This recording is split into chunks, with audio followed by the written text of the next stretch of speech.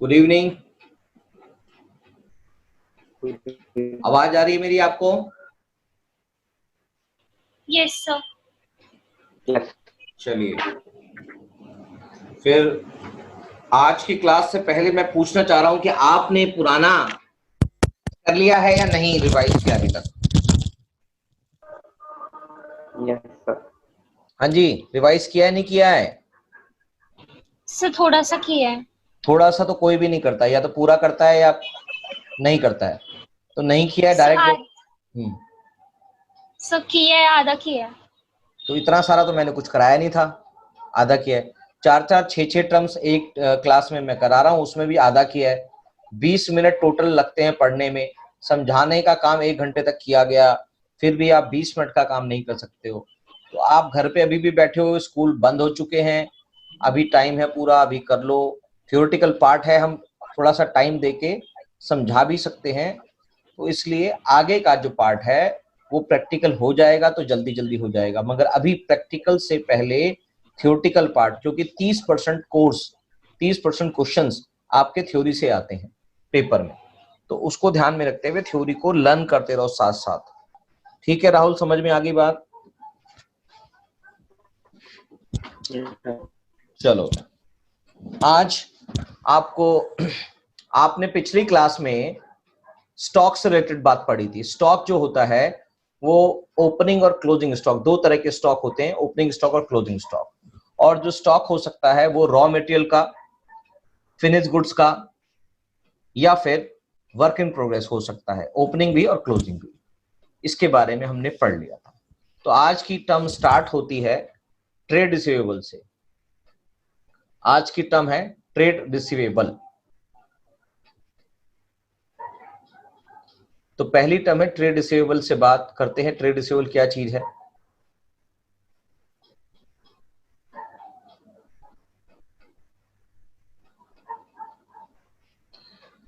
Trade receivable क्या चीज होती है? ट्रेड रिसीवेबल, सबसे पहले तो बात यह है कि ट्रेड रिसीवेबल का जो मतलब होता है वो मतलब होता है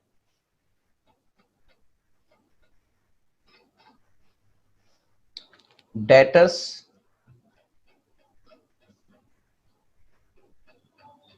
प्लस बिल्स रिसीवेबल।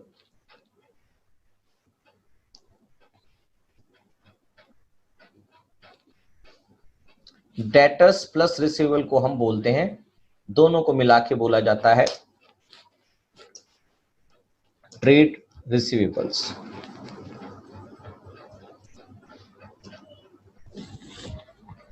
क्या बात समझ में आ गई है? Debtors plus bills receivable equals to trade receivables होता है। तो आपको ट्रेड रिसीवेबल का मतलब जब भी पूछा जाता है तो उसका बेसिक मतलब ये होता है कि इसमें क्या क्या इंक्लूड होता है। तो इसके अंदर डेटर्स और बिल्स रिसीवेबल दोनों चीजें इंक्लूड होती हैं। अब ये डेटर्स और बिल्स रिसीवेबल होती क्या चीज है? डेटर्स और बिल्स रिसीवेबल का मतलब होता है जब हम किसी को माल बेचते हैं, सेल आउट करते हैं, माल असेट कोई भी चीज हमने बेची और उससे पैसा लेना बाकी है, यानी कि हमने जो माल बेचा या सर्विसेज दी हैं या कोई सामान जो भी हम जिसमें डील करते हैं उससे रिलेटेड जो भी अमाउंट होता है, जो भी हमारा सामान बेचा जाता है, उस सामान को बेचने के बाद अगर आपका पैसा नहीं आता है तो उस पार्टी को जिसको आपने माल बेचा है, यानी कि आपका जो कस्टमर है, उससे आपको पैसे लेने बाकी है। यानी कि जो माल बेचा है उससे वो अमाउंट नहीं आया है तो वो आपका डेटर हो जाता है। कभी कभी जो डेटर्स होते हैं वो अपने माल जो उनको उनको उनसे उनके द्वारा लिया जाता है, उस माल के एवज में वो पैसे ना देकर एक कमिटमेंट दे देते हैं जिसका नाम होता है बिल्स रिसीवेबल, जो क्लास 11th में एक स्पेसिफिक चैप्टर है बिल्स ऑफ एक्सचेंज के नाम से। तो बिल्स रिसीवेबल के रूप में वो आपको एक कमिटमेंट दे देता है जिसमें एक स्पेसिफाइड डेट लिखी होती है कि आपको जो पैसा है वो इस डेट को मिल जाएगा।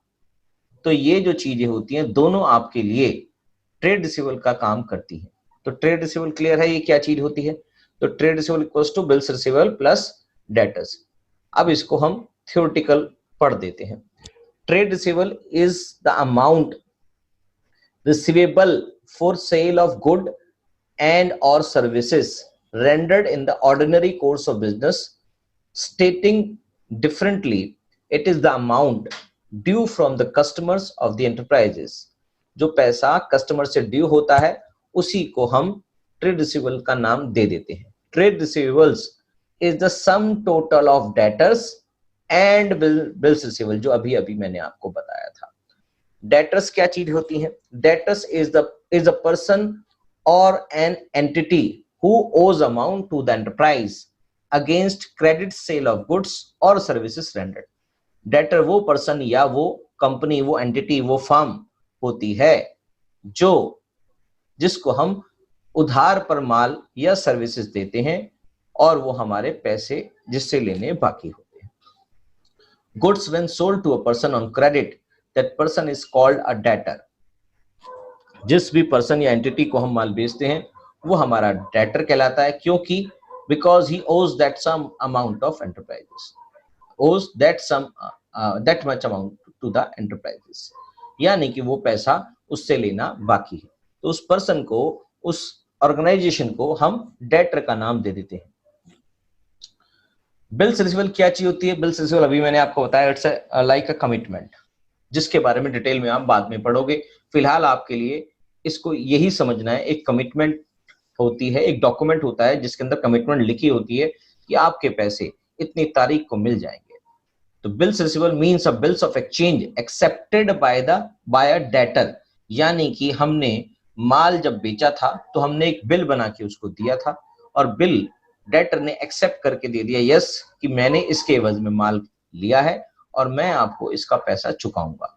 The amount of which will be received on the specified date, यानी कि इसका जो अमाउंट है वो एक स्पेसिफाइड डेट पे आपको मिल जाएगा. तो बिल्स रिसीवेबल एक ऐसा डॉक्यूमेंट होता है.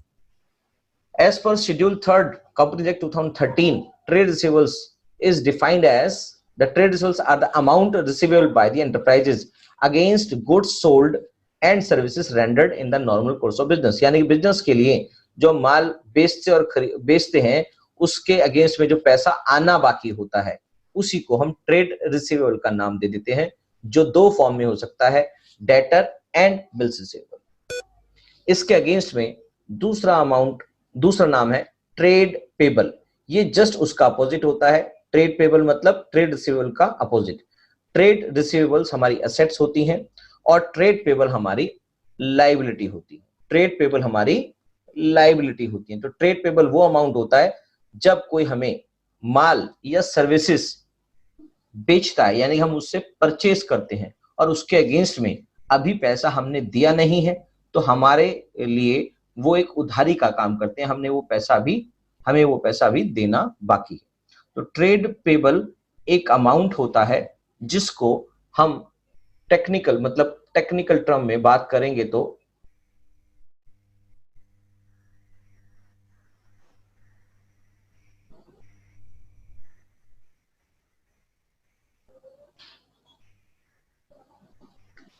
ट्रेड पेबल की बात हो रही है.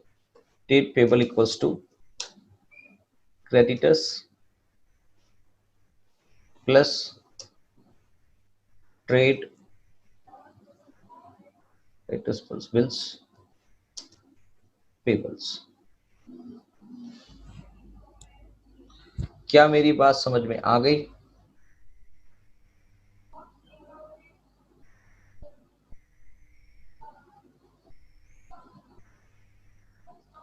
चलिए, तो trade payable equals to creditors plus bills payable, इसका मतलब होता है, ये बात क्लियर है. तो जैसे trade receivables debtors plus bills receivable होता है, ऐसे ही trade payable creditors plus bills payable होता है. क्लियर है ये बात? तो ट्रेड पेबल का मतलब होता है, अभी जैसे मैंने बताया, ट्रेड पेबल मतलब bills payable plus creditors. Bills payable plus creditors को हम ट्रेड पेबल का नाम देते हैं. क्या बात समझ में आ रही है? हाँ जी, समझ में आ रही है. तो चलिए इसको पढ़ देते हैं. It is the amount payable for purchase of goods and और services taken in the ordinary course of business stating differently, it is the amount due to the seller of goods by the enterprises. वो पैसा जो हमने seller को देना बाकी है, trade amount payable है वो. Trade payable is the sum total of creditors and bills payable. Creditors और बिल पेबल्स क्या होते हैं? क्रेडिटर्स जिनसे हम माल खरीदते हैं उधारी पर, जिनसे हम माल परचेज करते हैं और उनका पैसा भी देना बाकी होता है. Creditors is the person or an enterprise to whom an enterprise owes amount against credit purchase of goods and services taken. For example, Mohan is a creditor of a firm when goods are purchased from him on credit. And bills payable means a bills of exchange accepted by a person or enterprise, the amount of which will be payable on the specified date. यानी कि ऐसा पैसा जो किसी firm के द्वारा, जैसे हम अपनी फर्म में अगर अकाउंटिंग कर रहे हैं तो हमारी फर्म के द्वारा जो किसी सप्लायर को देना बाकी है, तो वो पैसा हम उसको एक कमिटमेंट के तौर पर बिल्स पेबल के रूप में दे देते हैं. इसे एक स्पेसिफाइड डेट के अंदर जो वो बिल देता है उसको साइन करके हम दे देते हैं, तो हमने एक कमिटमेंट दे दी है. उस कमिटमेंट को ही हम बिल्स पेबल का नाम बोलते हैं. और bills payable plus creditors equals to trade payables कहलाता है. तो as per companies act 2013 schedule 3, trade payable is defined as trade payable are the amount payable by the enterprise against goods and services taken in the normal course of business. यानी कि normal course of business के अंदर जो भी हम goods और services purchase करते हैं उसके अगेंस्ट में जो पेमेंट ड्यू होती है उसको ट्रेड पेबल का नाम दिया जाता है. तीसरा नेक्स्ट टर्म है cost. Cost, it is the amount of expenditure incurred on or attributable to a specified article, product or activity. Cost का मतलब होता है किसी भी एक आर्टिकल, प्रोडक्ट या कमोडिटी, जो भी चीज आप बेचते या बनाते हैं उससे जुड़ा हुआ टोटल खर्चा इज कॉल्ड कॉस्ट. 24 नंबर है वाउचर्स. वाउचर का मतलब होता है जो भी चीज, जिस भी चीज में आप डील करते हैं या आप खरीदते हैं या बेचते हैं, उन सब से संबंधित कोई एविडेंस इकट्ठा होना चाहिए आपके पास, जिसके बेसिस पर आप अकाउंटिंग करते हैं.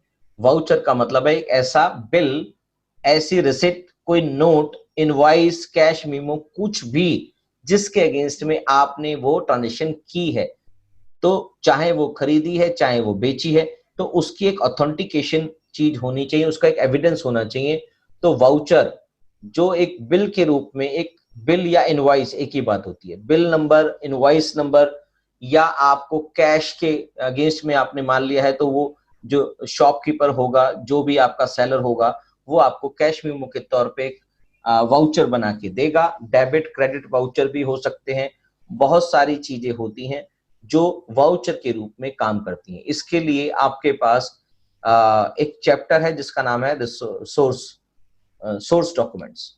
तो उसके अंदर वाउचर्स की डिटेल, कैसे दिखते हैं वाउचर, वो सब डिटेल उसमें दिखाई गई है. तो अभी वाउचर का बेसिक मतलब आपको यहाँ पर ये समझना है कि voucher is an evidence of A business transactions. Example के तौर पे cash memo, invoice, bills, receipt, debit, credit notes etcetera. यानी कि कोई भी ऐसा डॉक्यूमेंट जो आपके ट्रांजेक्शंस को एविडेंस करता हो, उसी को हम वाउचर बोलते हैं. नेक्स्ट आइटम है डिस्काउंट.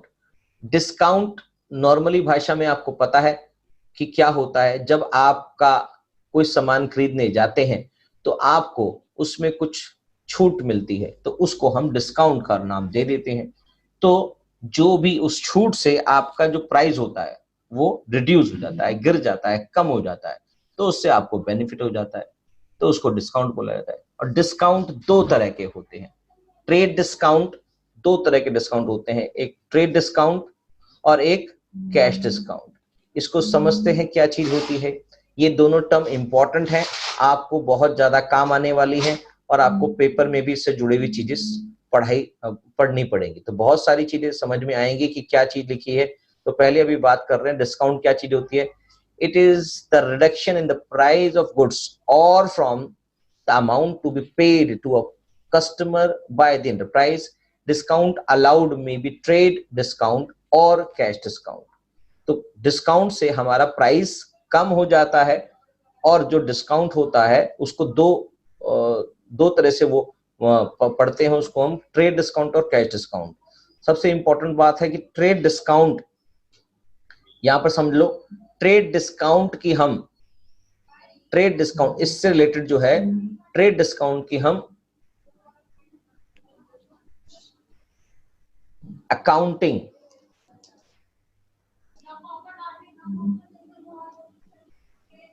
और दो चीजें होती हैं, कैलकुलेशन और अकाउंटिंग।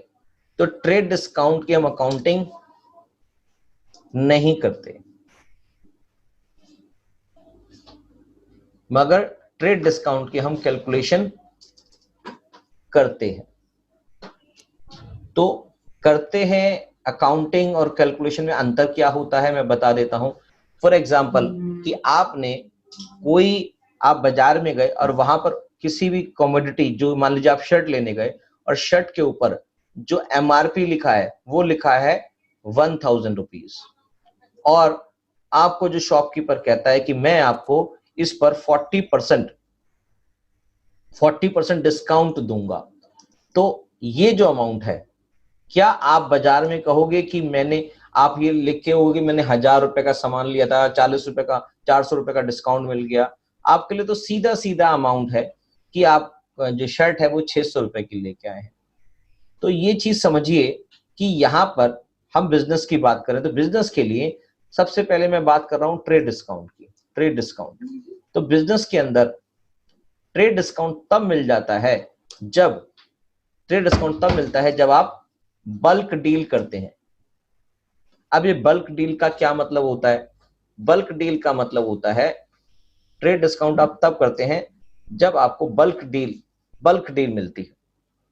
समझ में आ रही है बात? तो बल्क डील जो होती है, बल्क डील का मतलब यही होता है कि जब भी आपको कोई सामान लेना होता है बड़ी मात्रा में तो उसको बोलते हैं बल्क डील। तो जब भी आप मान लीजिए आप नॉर्मली एक रजिस्टर लेके आते हैं, नॉर्मल भाषा में समझते हैं कि क्या होता है। एक रजिस्टर लेके आते हैं, तो एक रजिस्टर पढ़ने के लिए आपने लिया, तो कॉस्ट ऑफ 1 रजिस्टर, वो आपको दुकानदार कहता है ये आपको 90 रुपीज का पड़ेगा। मगर आप उसको बोलते हो भैया मुझे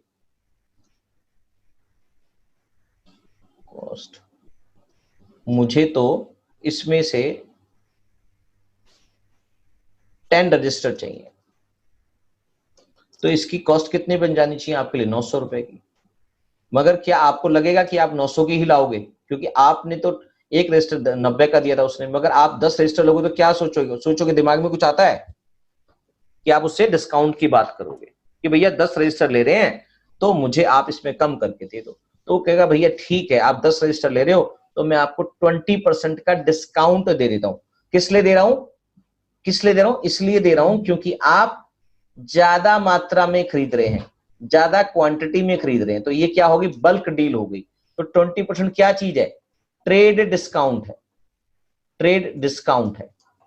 समझ में आई बात? क्योंकि आप जब ज्यादा मात्रा में कोई चीज लेते हैं तो ट्रेड डिस्काउंट है। इसका मतलब आपके लिए ये जो अमाउंट है वो पड़ेगा आपको, ये 10 रजिस्टर की जो कॉस्ट पड़ेगी आपको, ये पड़ेगी 900 माइनस 180, जो हो जाएगी 720 रुपए। तो जो चीज 900 की थी वो आपके घर में 720 की पड़ी। अब आपके पास अकाउंटिंग, ये क्या हुई? ये तो कैलकुलेशन हो गई।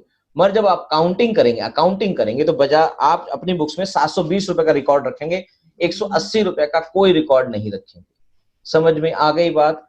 आप 180 रुपए का कोई रिकॉर्ड नहीं रखेंगे, बस आपने वहां पर जो डील फाइनल की थी वही आपके लिए प्राइस हो जाएगा, क्योंकि आपने वहां पर अपने आप बार्गेन करके जो भी चीजें फाइनली आपके लिए पड़ी, रेट जो पड़ा आपको, वही आपकी कॉस्ट पड़ जाती है। तो ट्रेड डिस्काउंट वो होता है जो आपको एमआरपी, यानी कि जो भी एक दो चीजों के लेने पे, और जब आपको ज्यादा बल्क में लेते हैं तो वो ट्रेड डिस्काउंट कहलाता है। क्या मेरी बात समझ में आ रही है? Yes Yes, sir. sir. तो इसकी कैलकुलेशन करते हैं, अकाउंटिंग नहीं करते, ये ध्यान रखना। जो ट्रेड डिस्काउंट होती है उसकी हम कैलकुलेशन करते हैं मगर अकाउंटिंग नहीं करते। दूसरा नाम होता है कैश डिस्काउंट। कैश डिस्काउंट की हम अकाउंटिंग भी करते हैं, और कैलकुलेशन भी करते हैं। एग्जाम्पल के तौर पे कैश डिस्काउंट दिया क्यों जाता है? कैश डिस्काउंट दिया इसलिए जाता है क्योंकि आपको पता होना चाहिए कि नॉर्मली जितने भी बिजनेस होते हैं, जितने भी हम बिजनेस करते हैं, जितने भी बिजनेस हाउसेस होते हैं, सभी को अपने बिजनेस के अंदर उधारी काम करना पड़ता है, क्रेडिट पर, उधार पर काम करना पड़ता है। तो जब भी, क्योंकि सभी बिजनेस के पास एक सबसे इंपॉर्टेंट चीज होती है कैश। तो कैश, सभी लोग चाहते हैं कि कैश जल्दी से जल्दी हमारे पास बड़े से बड़े अमाउंट में इकट्ठा हो, जिससे हमारा बिजनेस के अंदर कोई भी रुकावट नहीं हो, कोई भी काम करने में दिक्कतें नहीं हो। तो ऐसी परिस्थिति के लिए कैश डिस्काउंट का काम किस लिए, कैसे किया जाता है? जैसे आप बाजार में गए तो आपको पता है जो बिजनेस है वो क्रेडिट पे, उधारी पर किया जाता है। तो फाइनली कैश डिस्काउंट का मतलब होता है कि जैसे आपने वहां पर 10,000 रुपए का माल खरीदा और वो आपको बोलेगा, आपने उसको बोल दिया जी हम आपको ये पैसा 1 महीने में देंगे, तो वो आपको 10,000 रुपए का माल दे रहा है, मगर आप उसको बोलो आज ही आपको मैं ये पैसे दे देता हूं, 1 महीने बाद नहीं, आज ही मैं आपको पैसा देता हूं, तो बताइए आप कितने पैसे कम करेंगे? तो उसने डिस्काउंट, जो बात आप कर रहे हो, किस लिए बात कर रहे हो? आज ही पैसे देने के लिए, यानी कि कैश आज ही देने के लिए। जो 1 महीने बाद देना था वो आज ही पैसा दे रहे हो। तो डिस्काउंट की वजह क्या है? कैश देने की वजह से आपको डिस्काउंट दिया जा रहा है। तो इस तरह का जो अमाउंट होता है वो कैश डिस्काउंट कहलाता है। तो इसके लिए उसने आपको 2% का डिस्काउंट दे दिया। 2% का डिस्काउंट का मतलब है आपको ऑफ जो भी हमारा अमाउंट होता है उसका। इसका मतलब है ये जो आपके पास था 2% का मतलब है 200 रुपए कम हो गए, यानी कि 9800 रुपीज। जो चीज 10,000 रुपए की थी उसको सिर्फ आप 9800 में इसलिए लेके आए हैं क्योंकि आपने उसको इमीडिएटली पैसे दे दिए। तो 10,000 रुपए का माल 9800 में इसलिए, और इसकी हम अकाउंटिंग करते हैं, यानी कि आप अपनी बुक्स में 10,000 रुपए दिखाएंगे और 200 रुपए कैश डिस्काउंट भी दिखाएंगे, क्योंकि सामान तो सिर्फ 10,000 का है, सामान में उसने रेट कम नहीं किया आपसे, मगर सिर्फ अमाउंट उसी समय देने की वजह से। उसी समय का मतलब होता है या तो आप उसको चेक दे के आ गए या 1-2 दिन के अंदर उसको पेमेंट कर दिया। तो छोटे से बिजनेस, छोटे से शॉर्ट टाइम पीरियड में जब हम पेमेंट करते हैं किसी को, तो उस पे कैश डिस्काउंट दिया जाता है। क्या ये बात क्लियर है? Yes sir. तो यस सर। हाँ, तो ये बात समझने वाली है कि यहाँ पर जो ये कैश डिस्काउंट है वो क्यों दिया गया और जो ट्रेड डिस्काउंट क्यों दिया गया। ट्रेड डिस्काउंट की हम कैलकुलेशन करते हैं, अकाउंटिंग नहीं करते हैं, मगर कैश डिस्काउंट की हम कैलकुलेशन और अकाउंटिंग दोनों करते हैं। ये बात क्लियर है? तो इसको पढ़ देते हैं अब। Trade discount is the reduction in the price by the seller to the purchase of goods when they buy goods of certain quantity or value। कि उन्होंने बोला कि भाई आप कम से कम 10,000 का माल लेंगे या 500 गुड्स, 500 की क्वांटिटी लेंगे, कोई भी अपनी अपनी रूल के हिसाब से सभी लोग जो भी माल बेचते हैं वो अपना रूल बना लेते हैं। जैसे मान लीजिए कोई आदमी टीवी का काम करता है, तो टीवी के काम में वो कहेगा भाई जिसने भी 10 टीवी लिए उसके लिए हम डिस्काउंट ऑफर करेंगे, ट्रेड डिस्काउंट का। या अगर कोई पेन का काम करता है वो कहेगा जिसने 10,000 पेन लिए उसके लिए हम ट्रेड डिस्काउंट अलाउ करेंगे। तो वो डिपेंड करता है, या वो बोलेगा कि हमारे पास जो भी व्यक्ति 1 लाख रुपए का सामान लेगा उसको हम 10% डिस्काउंट देंगे, उससे कम में नहीं देंगे। तो वो सर्टेन क्वांटिटी पे हो सकता है और सर्टेन वैल्यू पे भी हो सकता है। Sales are recorded at net value. Sales जो होती है वो हमेशा किस पे रिकॉर्ड का मतलब होता है अकाउंटिंग करना। Sales are recorded at net value, यानी कि सेल्स माइनस ट्रेड डिस्काउंट करेंगे, जो अभी मैंने बताया था, ट्रेड डिस्काउंट लेस करने के बाद उसकी रिकॉर्डिंग करते हैं, ना कि सेल प्राइस की रिकॉर्डिंग करते हैं। सिमिलरली परचेज आर रिकॉर्डेड, जो उसने सेल करी तो उसने ट्रेड डिस्काउंट हटा के की, और हमने परचेज की तो वो भी हम ट्रेड डिस्काउंट हटा के करेंगे, क्योंकि दोनों तरफ एक ही अमाउंट दिखाई देना चाहिए। Similarly, purchase are recorded by the purchaser at net value, that is purchase minus trade discount। अब बिल्कुल क्लियर हो जाना चाहिए आपको, कोई भी डाउट हो तो बताइए। Clear? Yes yes sir. Next है कैश डिस्काउंट। कैश डिस्काउंट का मतलब भी मैंने आपको बता दिया। कैश डिस्काउंट किस लिए दिया जाता है?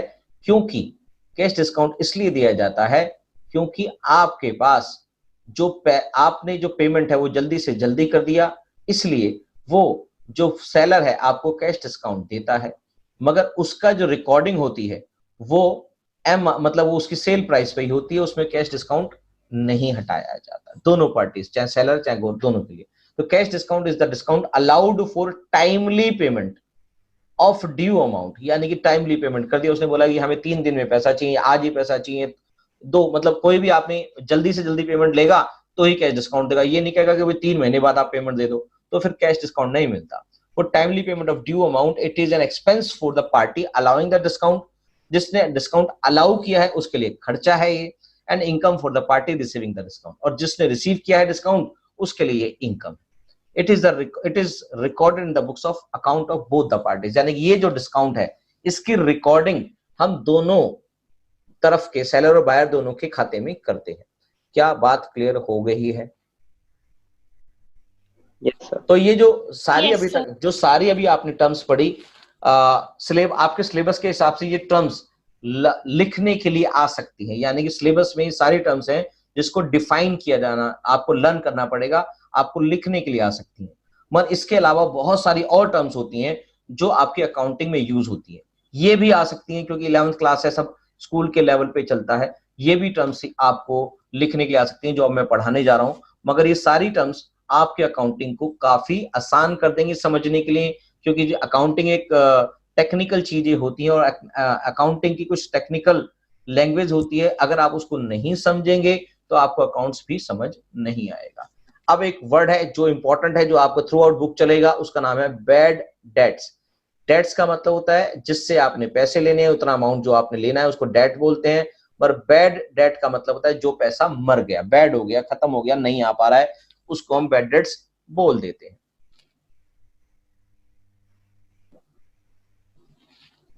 जो पैसा आपका आना बाकी था मगर ड्यू टू एनी रीजन वो अब नहीं आएगा, यानी कि आपने उस पर लाइन फेर दिया, वो पैसा नहीं आएगा। This is bad debts for the enterprises. कभी कभी ऐसा हो जाता है कि जिससे आपने पैसा लेना है उस आदमी की परिस्थिति नहीं है ऐसी कि वो पैसा दे पाए, तो आप उस चीज को भूल जाते हैं कि भाई ठीक है वो आदमी नहीं दे पाएगा, या जिस आदमी से लेना है हो सकता है वो मर गया हो, तो कहां से पैसा आएगा, नहीं आएगा।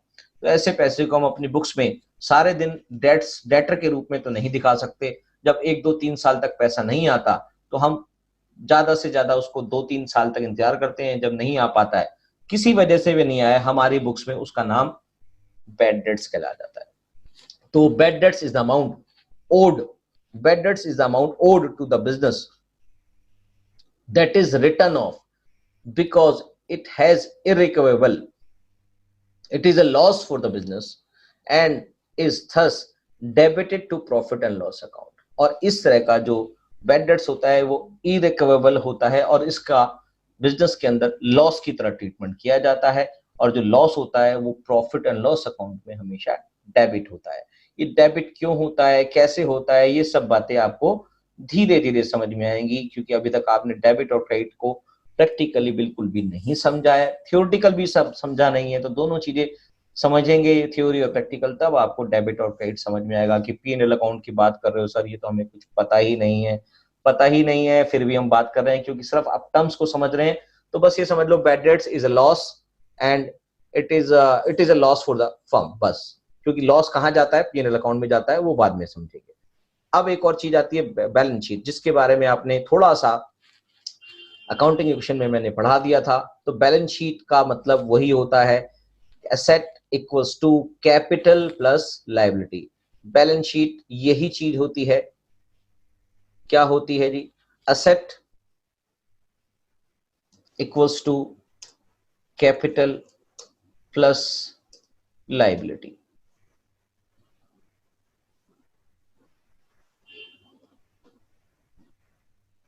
लायबिलिटीज, ये अकाउंटिंग इक्वेशन में आपने पढ़ा था और इसी से हमारी बैलेंस शीट बन जाती है। अब ये बैलेंस शीट कैसे दिखती है सर, वो दिखा देता हूं कि आपकी बैलेंस शीट जो है वो कैसी दिखती है। बैलेंस शीट आपकी दिखती है ऐसी,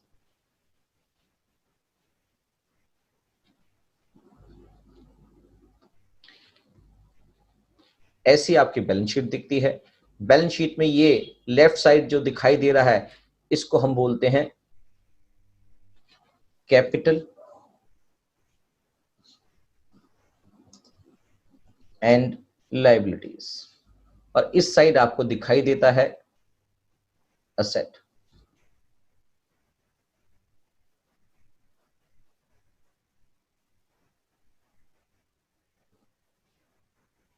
इस साइड आपको दिखाई देता है असेट,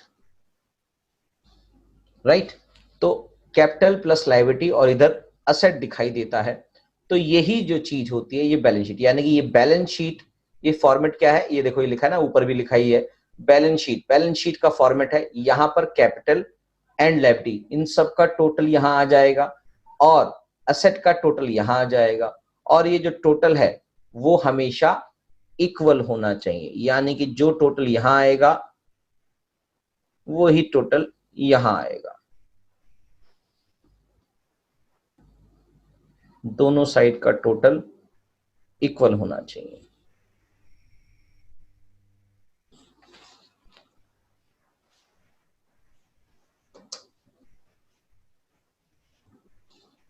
दोनों साफ इक्वल, इधर भी इक्वल होना चाहिए, यानी कि दोनों साइड का टोटल इक्वल होना चाहिए। तो इसको कह लेंगे बैलेंस शीट।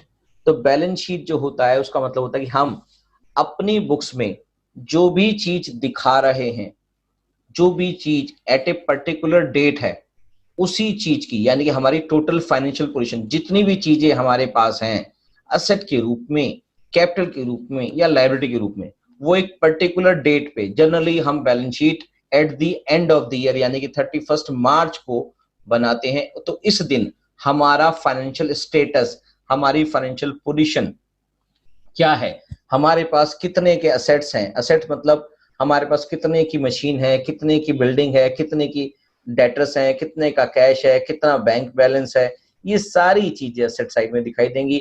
और कितना पैसा कैपिटल के रूप में हमने लगा रखा है बिजनेस में, कितने हमारे सर पर उधारी है क्रेडिटर्स के रूप में, लोन के रूप में, आउटस्टैंडिंग के खर्चों के रूप में, ये सारी चीजें बैलेंस शीट के अंदर दिखाई जाती है। तो बैलेंस शीट फाइनली यही चीज होती है जो यहाँ पर दिखाई दे रही है, asset equals to capital plus liability. तो कैपिटल प्लस लायबिलिटी और असेट दोनों इक्वल होने चाहिए, इसी को बैलेंस शीट बोला जाता है। क्लियर? Yes, तो sir.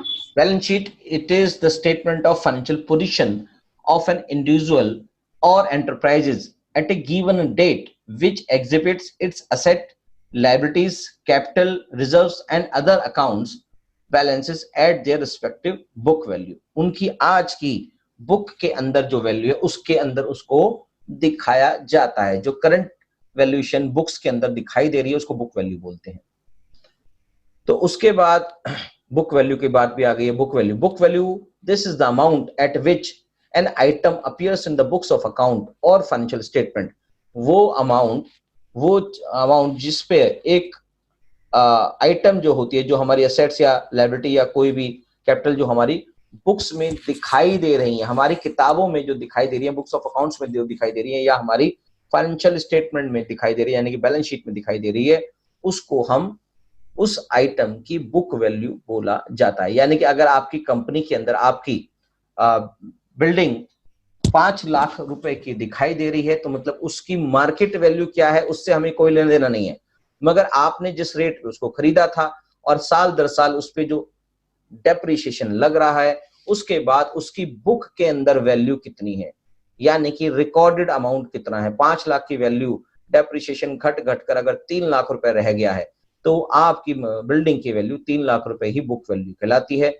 चाहे उसकी मार्केट वैल्यू 10 करोड़ रुपए भी हो तो भी उससे कोई फर्क नहीं पड़ता, मगर आपकी बुक्स में जो वैल्यू दिखा रखी हैं उसी को बुक वैल्यू बोला जाता है। क्या बात क्लियर है?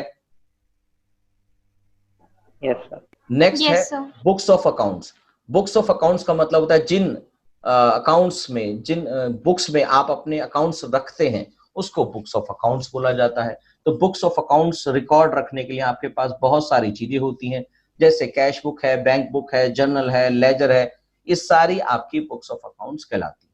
The record of books in which financial transactions of an entries of an entity are recorded and maintained, they include cash book, bank book, journal और ledger। ये सारी चीजें बुक्स ऑफ अकाउंट्स कहलाती है। Cost of goods sold, cost of goods sold का मतलब है कि जो भी आपने माल बेचा है उसकी टोटल किसी तरह की भी उसके साथ डायरेक्ट और डायरेक्ट कॉस्ट जो उसके साथ जुड़ी है उसको कॉस्ट ऑफ गुड सोल्ड बोला जाता है। यानी कि जब आपको मैंने बताया था कि अगर आप सदर बाजार जाकर 10,000 रुपए के पेन लेके आते हैं, आने जाने के ऊपर आपका 700 रुपए खर्चा हो जाता है, तो एक्चुअली वो जो सामान है वो आपके लिए 10,000 रुपए का नहीं 10,700 का पड़ता है। तो कॉस्ट ऑफ गुड सोल्ड मतलब cost of good sold is the direct cost attributable to the production of goods sold and or services rendered। यानी कि उस जो सामान आप बेचते हैं या जो सर्विसेज आप बेचते हैं उससे रिलेटेड जो भी कॉस्ट आपको पड़ती है उसको बोलते हैं कॉस्ट ऑफ गुड सोल्ड। यानी कि अगर मान लीजिए आपके घर में जो एसी लगा हुआ है, उस एसी की सर्विस आप कराते हैं, वो सर्विस वाला आपसे 800 रुपए चार्ज करता है, मगर वो आदमी दिल्ली के दूसरे नेहरू प्लेस से आता है और वो आपके सर्विस के 800 रुपए चार्ज करता है। तो आप क्या सोच रहे हैं, उसने बस हाथ से इसको सर्विस वगैरह करी और 800 रुपए लेके चला गया। सर्विस करने में उसकी डायरेक्ट कॉस्ट जो केमिकल से उसने साफ किया वो लगेगी, जो टाइम लगा वो लगेगी, और साथ में उसका नेहरू प्लेस से आने का और जाने का वापस दोनों का जो किराया है, जो किराया उसका लगा बस में, टैक्सी में, जिसमें भी वो आया, वो भी सारा लगेगा। तो पता लगा उसकी 500 रुपए तो कॉस्ट ही पड़ गया, यानी कि 800 रुपए जो उसने चार्ज किए सिर्फ 300 रुपए उसमें उसने कमाए हैं। तो कॉस्ट ऑफ गुड सोल्ड या कॉस्ट ऑफ सर्विस सोल्ड जो भी आपने वहां पर यूज किया है, वो सारी की सारी जब डायरेक्ट कॉस्ट लगती है, डायरेक्ट कॉस्ट और इनडायरेक्ट कॉस्ट के बारे में भी आप डिटेल में पढ़ोगे। डायरेक्ट कॉस्ट समझाया था मैंने आपको कि अगर, चलिए अभी थोड़ा सा टाइम हो गया है तो इसको अभी दोबारा से रिज्वाइन करते हैं।